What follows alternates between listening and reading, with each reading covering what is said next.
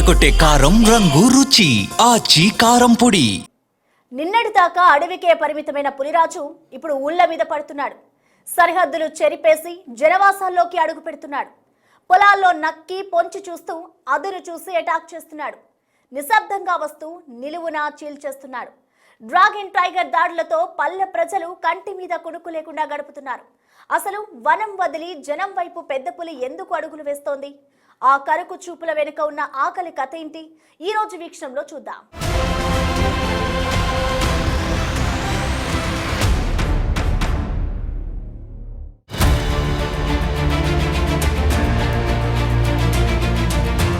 వనంలో వేట తగ్గింది.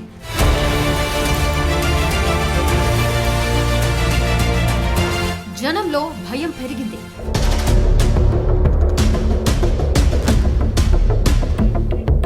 పల్లెలు పట్టణాల్లో పెద్ద పులులు. అదిగో పులి అంటే ఇదిగో పులి అంటున్నారు. తెలుగు రాష్ట్రాల్లో ఇప్పుడు ఎక్కడ చూసినా ఒకటే చర్చ, ఎక్కడ విన్నా ఒకటే భయం. అడవికి పరిమితం కావాల్సిన అడవిరాజు ఇప్పుడు ఊరి పొలిమేరల్లో తిష్టవేశాడు. తెలంగాణలోని పల్లెలు, ఆంధ్రప్రదేశ్లోని గ్రామాలు, పట్టణాలు ఇప్పుడు పులి పంజాతో బిక్కుబిక్కుమంటున్నాయి. పొలాల్లో పాదముద్రలు, పశువుల పాకల్లో రక్తపు మరకలు, సీసీ కెమెరాల్లో కనిపిస్తున్న మెరుపు కళ్ళు వెరసి రెండు రాష్ట్రాల ప్రజలకు కంటి మీద కునుకు లేకుండా చేస్తున్నాయి. మహారాష్ట్ర అడవుల నుంచి మొదలైన ఆ వేటగాడి ప్రయాణం ఇప్పుడు తెలంగాణ గుండెల్లో వణుకు పుట్టిస్తోంది. అసాధారణ తెలివితేటలు, అంతు చిక్కని వ్యూహాలతో అటవీ శాఖనే ముప్పతిప్పలు పెడుతోంది. తెలంగాణలోని జిల్లాల్లో ప్రయాణిస్తున్న పులి సాదాసీదా పులి కాదు. వేల కిలోమీటర్ల దూరాన్ని లెక్క చేయకుండా ప్రయాణాన్ని కొనసాగిస్తోంది. మహారాష్ట్రలోని తిప్పేశ్వర్ అభయారణ్యం నుంచి బయలుదేరి ఏకంగా 2500 కిలోమీటర్లు ప్రయాణించి యాదాద్రి గడ్డపై అడుగుపెట్టిన ఆ అడవిరాజు తీరు ఇప్పుడు నిపుణులను సైతం విస్మయానికి గురిచేస్తోంది. 2 రోజుల క్రితం వరకు యాదాద్రి భువనగిరి జిల్లాలో కలకలం రేపింది. ఇప్పుడు తన రూట్ ను మార్చి సిద్దిపేట మీదుగా జనగామ జిల్లాలోకి ప్రవేశించింది. జనగామ జిల్లా సామీర్పేటలోని సుశీలమ్మ వృద్ధాశ్రయం వద్ద పులి దర్జాగా నడుచుకుంటూ వెళ్తున్న దృశ్యాలు సీసీ కెమెరాలో రికార్డ్ అవ్వడం స్థానికులను భీతావహానికి గురి చేస్తోంది. యాదాద్రి జిల్లా ఆలేరు మండలం టంగుటూరు సారాజిపేట గ్రామాల్లో ఒక ఆవుపై పులి దాడి చేసి హతమార్చడంతో రైతులు పొలాలకు వెళ్లాలంటేనే వణికిపోతున్నారు. సాధారణంగా పులి ఒక జంతువుని వేటాడితే సగం తిని మిగిలిన సగం కోసం మరుసటి రోజు అదే చోటుకొస్తుంది. కానీ ఈ పులి శైలి పూర్తిగా భిన్నంగా ఉంది. ఒక్కసారి వేటాడిన చోటికి ఈ పులి మళ్లీ రావడం లేదు. ఆకలి తీరగానే ఆ ప్రాంతాన్ని వదిలి మాయమైపోతోంది. రాత్రి వేళల్లో నిశ్శబ్దంగా 18 నుంచి 25 కిలోమీటర్ల దూరం ప్రయాణిస్తూ తన స్థావరాన్ని మారుస్తోంది. మనుషుల అలికిడిని, వాసనను కిలోమీటర్ల దూరం నుంచే పసిగడుతున్న ఈ క్రూర మృగం జనసంచారం ఉన్న వైపు కన్నెత్తి కూడా చూడటం లేదు.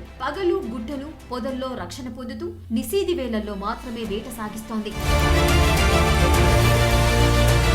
ఆంధ్రప్రదేశ్లోను రాజమండ్రి పట్టణంతో పాటు రాయవరం మండలం కూర్మాపురం వరకు పులి స్వైర విహారం చేస్తూ ఏకంగా ఒక ఇంట్లోకి దూరి కలకలం సృష్టించింది. గత 6 రోజుల్లో 10కి పైగా మూగజీవాలను బలి తీసుకున్న ఈ మృగరాజు దెబ్బకు తూర్పుగోదావరి జిల్లా లంక గ్రామాలు ప్రజలు వణికిపోతున్నారు.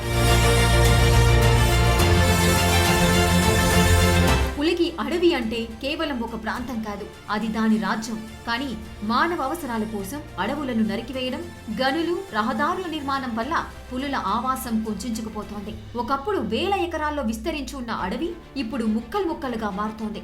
దీనివల్ల తన సరిహద్దును వెతుక్కునే క్రమంలో పులి దారి తప్పి జనావాసాల్లోకి వస్తోంది. అడవిలో పులి వేటాడేందుకు దుప్పులు, అడవి పందులు, కారుపోతులు ప్రధాన ఆహారం. అయితే వేటగాళ్ల వల్ల లేదా వ్యాధుల వల్లనో అడవిలో ఈ జంతువుల సంఖ్య తగ్గిపోతోంది. అడవిలో ఆకలి తీరకపోవడంతో సులువుగా దొరికే ఆవులు, గేదెల కోసం పులులు గ్రామాలను ఆశ్రయిస్తున్నాయి. ఒకసారి పశువుల మాంసానికి అలవాటు పడితే అవి పదే పదే గ్రామాల వైపు రావడానికి ఆసక్తి చూపిస్తాయి. పెద్ద పులుల వాటి ఆవాసం హ్యాబిటేట్ అంటాము. ఈ హ్యాబిటేట్ డిస్టర్బ్ చేసినప్పుడు మాత్రమే అవి, లేకుంటే వాటికి సరిపడా ఆహారం దొరికి అడవిలో అన్ని వసతులు, వాటర్ కానీ ఈ ఆహారం అంటే వాటికి సరిపడా ప్రే యానిమల్ అంటాము. జనరల్గా ఈ పెద్ద జంతువులను తింటాయి. అడవి పంది కానీ, అంటే దానికి ఎక్కువ ఆహారం కావాలి కాబట్టి పెద్ద పులికి అడవి జంతువులు ఏవి, మన అడవి పందులను కానీ, తర్వాత సాంబా డీర్స్, చిన్న చిన్న వాటిని చంపితే దానికి సరిపోదు. సో అట్లాంటివి దొరకనప్పుడు ఏమిటంటే ఒక్కోసారి బయటికి మనకి చూస్తున్నాం మనం రోజు రోజుకి రకరకాల పేర్లతోని, అర్బనైజేషన్ పేర్లతోని అడవులన్నిటిని కూడా మనం నాశనం చేసినాం. ఒకప్పుడు మనకు ఇండియాలో దాదాపుగా 4-5 వేల పులులు ఉండేవి. వాటి సంఖ్య చాలా తగ్గిపోయింది. మళ్ళీ ఇప్పుడు టైగర్ కన్జర్వేషన్ ప్రాజెక్ట్ ఒకటి పెట్టడం వల్ల మళ్ళీ వాటి హ్యాబిటేట్ని ఇంప్రూవ్ చేసుకుంటూ వాటి సంతతిని డెవలప్ చేయడానికి చాలా ఫారెస్ట్ డిపార్ట్మెంట్ త్రూఅవుట్ ఇండియా మరి చేస్తుంది ఇప్పుడు మళ్ళీ. పులులు అత్యంత స్వతంత్ర భావం గలవి.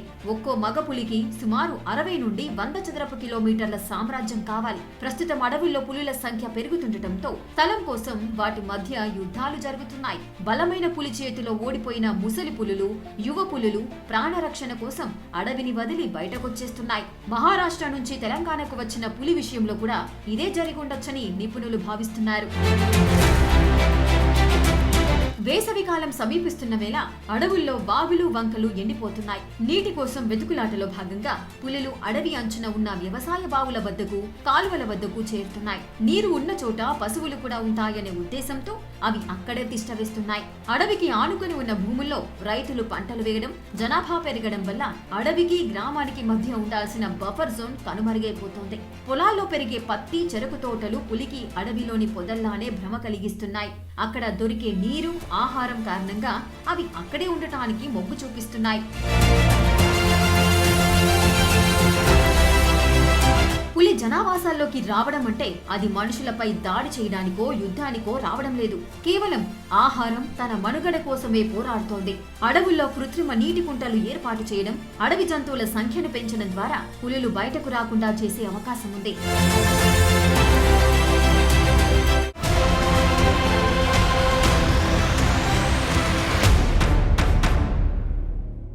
అడవికి అది రారాజు. దాని అడుగు పడితే భూమి పులకరిస్తోంది. దాని గర్జన వినిపిస్తే ప్రాణం గాలిలో కలిసిపోతోంది. తెలుగు రాష్ట్రాలను వణికిస్తున్న పెద్ద పులి సంచారం నేపథ్యంలో అసలు పులి మనస్తత్వం ఏంటి? అది నిజంగానే ప్రాణాలు తీసే క్రూర మృగమా? ఒకవేళ ఎదురైతే చావు నోటి నుంచి ఎలా తప్పించుకోవాలి?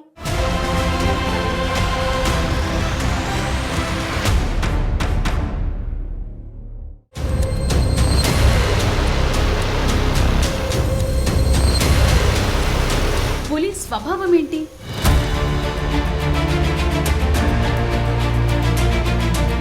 పులి ఎదురైతే ఏం చేయాలి?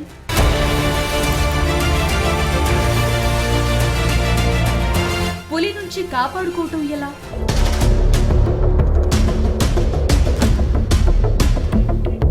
నిజంగా పులి అంత డేంజరా? అడవికి అలంకారం, రాజస్వానికి చిరునామా పెద్ద పులి.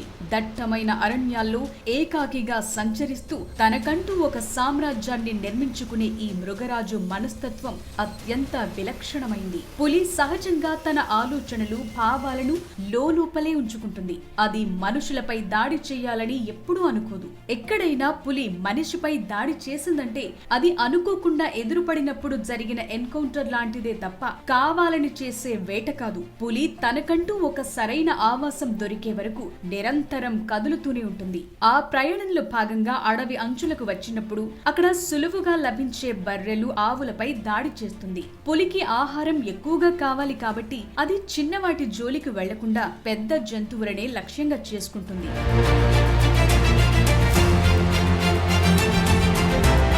పులి అసలైన వేటగాడు. అది పగలు విశ్రాంతి తీసుకుని రాత్రి వేళల్లోనే వేటాడుతుంది. దేనికి కారణం లేకపోలేదు. రాత్రిపూట పులి దృష్టి సామర్థ్యం మనిషి కంటే 10 రెట్లు ఎక్కువగా ఉంటుంది. చీకటిలో కూడా స్పష్టంగా చూడగలగటం, వాసన ద్వారా ఎర ఎక్కడుందో కిలోమీటర్ల దూరం నుంచే పసిగట్టడం దీనికి వెన్నతో పెట్టిన విద్య. ఒక్కసారి వేటాడి కడుపు నిండా ఆహారం తిన్న తరువాత పులి మళ్లీ 3 రోజుల వరకు వేట జోలికి వెళ్లదు. ఆ సమయాన్ని విశ్రాంతికి కేటాయిస్తుంది. పులికి తనకంటూ ఒక ప్రత్యేకమైన పరిధి ఉండాలి. దానికోసం అది మూత్రం, మల విసర్జన ద్వారా తన సరిహద్దులను గుర్తులుగా మార్చుకుంటుంది. ఆ వాసనను బట్టి ఇతర జంతువులకు అది నో ఎంట్రీ బోర్డు లాంటిది. తన సామ్రాజ్యంలో మరే ఇతర జంతువు మనిషి జోక్యాన్ని సహించదు. ఒక పులి మరొక పులి సరిహద్దులోకి ప్రవేశించటం యుద్ధానికి దారితీస్తుంది. అయితే కేవలం సంభోగ సమయంలో మాత్రమే పులులు జంటగా కనిపిస్తాయి. ఆ సమయంలో అవి అత్యంత దూకుడుగా ఆవేశంగా ఉంటాయి. జనరల్గా ఇది ఏమిటంటే ఒంటరిగానే బ్రతకడానికి ఇష్టపడుతుంది, ఒంటరిగా జీవిస్తుంది. ఒక మీటింగ్ టైంలో తప్ప మిగతా అన్ని సందర్భాలలో కూడా ఒంటరిగా ఉండడానికి ఇష్టపడుతుంది. తర్వాత ఏంటంటే ఒక టెరిటరీ ఏర్పాటు చేసుకుంటుంది డిఫరెంట్గా. ఒక 2 స్క్వేర్ కిలోమీటర్ల పరిధి మినిమం ఉంచుకుంటుంది అనమాట. ఇంకా ఎక్కువ టెరిటరీ, ఇంకా ఎక్కువ కూడా ఉంచుకోవడానికి అవకాశం ఉంటుంది. ఆడపులి అయితేనేమో పిల్లలతోని ఉంటుంది. ఒక 2 ఏళ్ళ దాకా పిల్లల్ని 1.5-2 years వరకు కూడా పిల్లల్ని పెద్దగా అయ్యి మళ్ళీ అవి హంటింగ్ చేసే అంతా కూడా ఆడపులినే నేర్పిస్తుంది అనమాట. మగపులి మాత్రం అంతే, మేటింగ్ అయిన తర్వాత మళ్ళీ వెళ్ళిపోతాయి. సో మేటింగ్ అయ్యే టైంలో కూడా ఒక్కొక్కసారి వాటి టెరిటరీలోకి వేరే పెద్ద పులులు వచ్చినా కూడా ఫైటింగ్ అట్లాంటివి చేసేసి ఎవరి స్ట్రాంగ్ ఉంటే అది ఆ టెరిటరీలో ఆధిపత్యాన్ని కూడా ప్రదర్శించుకుంటాయి. పులుల గురించి ఆసక్తికరమైన విషయం ఏంటంటే వాటి వీపుపై ఉండే నల్లటి చారలు. ప్రపంచ వ్యాప్తంగా ఉన్న వేలాది పులులలో ఏ 2 పులుల చారలు ఒకేలా ఉండవు. మనుషులకు ఫింగర్ ప్రింట్స్ ఎంత విలక్షణమో పులులకు వాటి చారలు అంత ప్రత్యేకం. అటవీ శాఖ అధికారులు కూడా ఈ చారల ఆధారంగానే పులుల సంఖ్యను గుర్తిస్తారు. పులి కదలటం అంటే అది దేనికో వెతుకులాట ప్రారంభించినట్లే. అది తావు కోసమో, తోడు కోసమో, వేట కోసమో కావచ్చు. మన పరిసరాల్లోకి పులి వచ్చిందంటే అది మనపై దాడి చేయటానికి కాదు, తన దారిని తాను వెతుక్కునే క్రమంలో ఎదురైన ఆటంకం మాత్రమే. పులి స్వభావాన్ని అర్థం చేసుకుంటే భయం కంటే అప్రమత్తతే మనల్ని కాపాడుతుందని నిపుణులు చెప్తున్నారు.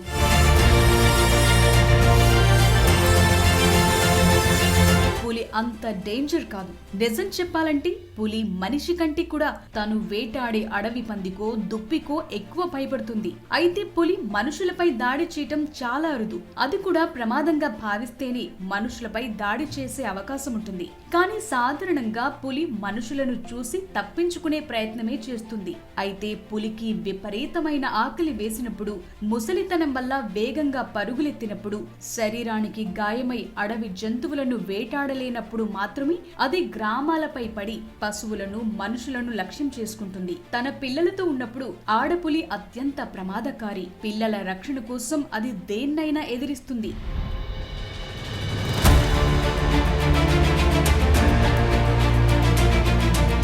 చాలా మంది పులిని చూడగానే భయంతో పరిగెత్తుతారు. నిజానికి పులి నుంచి తప్పించుకోవటానికి పరుగు పెట్టొద్దు. పరిగెత్తితే పులి మిమ్మల్ని ఒక రకంగా భావించి వేటాడుతుంది. పులి కంటే వేగంగా మనిషి పరిగెత్తలేడు. పులి కళ్ళలోకి నేరుగా చూడటం దానికి సవాల్ విసిరినట్లవుతుంది. చూపు తగ్గించి నెమ్మదిగా వెనక్కు అడుగులు వేయాలి. పులి కనిపించినప్పుడు చేతులను పైకెత్తి దుప్పటి లాంటిది ఉంటే దాన్ని వెడల్పుగా చాపి పులి కంటే పెద్దగా ఉన్నట్టు భ్రమ కలిగించాలి.